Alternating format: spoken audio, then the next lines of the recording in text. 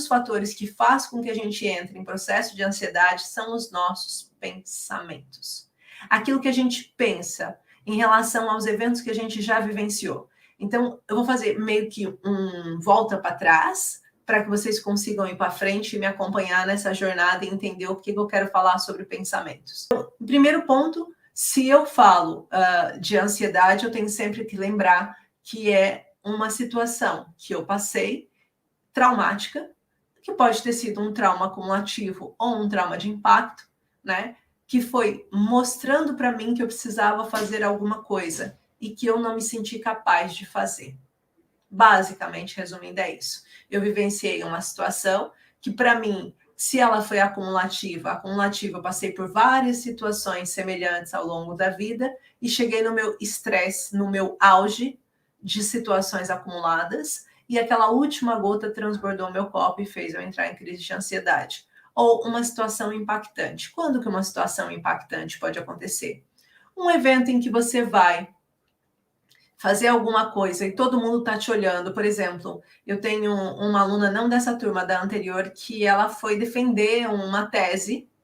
A ansiedade dela começou quando ela foi fazer uma defesa de tese da licenciatura com mestrado, era mestrado integrado, e quando ela foi fazer a defesa da tese dela, a garganta dela travou, ela se sentiu bloqueada porque todo mundo estava olhando para ela e ela sentiu que todo mundo estava achando que ela não tinha nada para dizer, ela não conseguia dizer nada, e aquilo foi o início de um processo, de um trauma de impacto que fez com que ela passasse a ter a ansiedade, tá? E a partir dali, a ansiedade dela começou a acentuar e cada vez crescer mais. Então, bastava dizer que ela tinha que defender a tese para ela entrar novamente em problema. Ou seja, ela quase teve que auto-sabotar, não terminou o mestrado, porque ela não conseguia defender. E ficou anos assim, ao ponto de adquirir uma depressão, porque não conseguia destravar a sua própria história. Então, são coisas como essas que podem acontecer com qualquer um. E esses traumas, muitas das vezes, as pessoas que têm ansiedade, elas não veem esse trauma de forma direta. Eu não passei por nada. Eu não lembro de ter acontecido alguma coisa que tenha feito com que eu entrasse em ansiedade. E por que isso acontece? Porque a ansiedade, ela dá sinais sutis primeiro. Ela não já começa com essa crise que dá descontrole, que faz com que você tenha tudo isso. Não. Ela, quando vem a primeira vez, vem muito forte, mas na verdade não é a sua primeira vez. Ela aconteceu antes. Ela teve outros pequenos indícios que ela estava ali. Quais são os pequenos indícios? Se eu fico roendo a minha unha sem parar, tô lá roendo a unha, não é o meu caso, né, gente? Eu tô com a unha bem grande até, inclusive. Se eu fico roendo a minha unha sem parar, é um indício de que eu estou passando por um processo de ansiedade, certo? Por quê? Porque eu estou fazendo um processo automutilatório que eu não consigo ter controle em cima. E que sempre que vai acontecer alguma coisa, eu vou e roo a unha. Para quê? Para conseguir fazer com que o meu corpo entre num processo de calma e recompensa.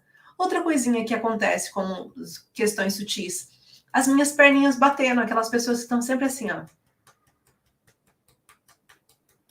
Sabe, você tá na fila esperando alguma coisa, tá assim, com aquela pessoa do teu lado batendo a perninha. Esse aqui é o joelho, tá, gente? Tô batendo a mão porque não dá pra bater o joelho. E tá sempre assim? Ou tá assim, ó, aquela leve que ela tá assim, com a perninha assim no chão?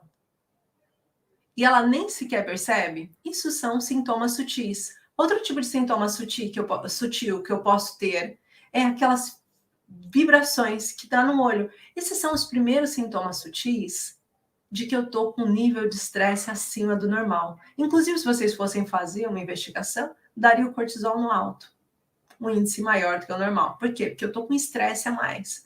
Só que eu não percebo isso, então eu vou deixando acumular, e quando eu vejo, eu tenho uma crise, que daí já vem falta de ar, taquicardia, aí já vem o olho dilatado, aí já vem a secura na boca, aí já vem travar aqui a minha mandíbula, aí já vem um som no ouvido, aí já vem uma sensação de que eu vou desmaiar a qualquer momento. Pode vir os sintomas associados ao escudo da percepção do trauma que você vivenciou. Vai parecer complexo, eu não quero aqui trazer as minhas alunas que chegaram, que já estão há 3 dias comigo direto, ou seja, já sabem um pouquinho disso, desse conteúdo, mas basicamente se eu passei por uma situação traumática, eu desenvolvi um escudo. Esse escudo corresponde a alguns sintomas, por isso que os sintomas da ansiedade são diferentes de pessoa para pessoa, certo? Por esse motivo. Então, basicamente, todos esses traumas foram acumulados em caixinhas que, quando abertas pelo seu pensamento, ou pelos seus 5 sentidos, que não é o que a gente vai falar hoje, são os pensamentos, quando elas são abertas pelos seus pensamentos, você não consegue mais parar. Vamos pensar num carro descendo uma ladeira. Ele tá andando normal, tá andando, e daí de repente vem uma ladeira. E aí ele olha para a ladeira e descobre que não tem freio. Você simplesmente desce ladeira abaixo com o carro. Isso é o sintoma da ansiedade. Você não consegue ter controle sobre o seu corpo. Vamos imaginar que essa falta de controle sobre o corpo é o travão. Eu não tenho um travão para fazer com que o meu corpo pare de ter tantos sintomas físicos. E ele tem um tempo para travar. No caso do carro, ou ele vai achar uma curva, ou ele vai achar um acostamento, ou ele vai ficar numa reta para ele conseguir parar o carro, porque não tem travão, certo? Ou vai, mas em algum momento ele para. No caso do corpo, é exatamente a mesma coisa. Eu tenho que esperar que o meu corpo acalme para que eu consiga puxar o travão, para que eu consiga acalmar o meu corpo. Porque se eu tentar puxar o travão no meio da descida, vai ser pior, eu posso capotar, tá bom? E literalmente, para quem tem ansiedade, é isso que vai acontecer. Quando vocês estão no meio de uma crise de ansiedade e vocês começam, mas por que isso está acontecendo? Por que isso comigo? Meu Deus, eu estou tendo uma crise de ansiedade. Começa a se questionar e começa a pensar. É como se vocês puxassem o travão e o corpo começa a capotar. O corpo vai aumentar e amplificar os sintomas. Por que isso acontece? Vocês lembram que a ansiedade é um sintoma de alerta, é um sistema de alerta do seu corpo dizendo para você que aquilo que aconteceu no passado ele não quer que se repita no futuro. Se ele já está com o sistema de alerta ligado, para que é que você vai ainda aumentar ou trazer outro sistema de alerta?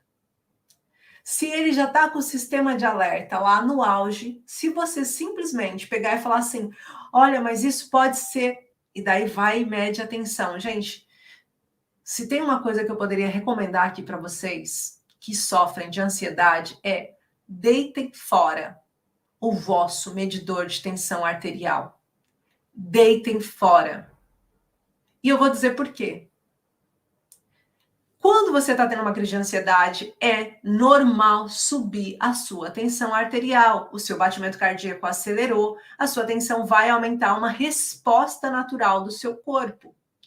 Logo, se você vai medir a sua tensão arterial, você vai olhar e vai fazer assim, 16! Quando você disse, 16 foi para 18. Aí você olha, 18, meu Deus, não para de subir, vou para o hospital. O médico disse que 21 e eu estou infartando. 19! Você está ligando um sistema de alerta atrás do outro. Ok, senti que eu estou com aceleração cardíaca, o que a Gi vai fazer? Então, o que eu vou fazer para mim?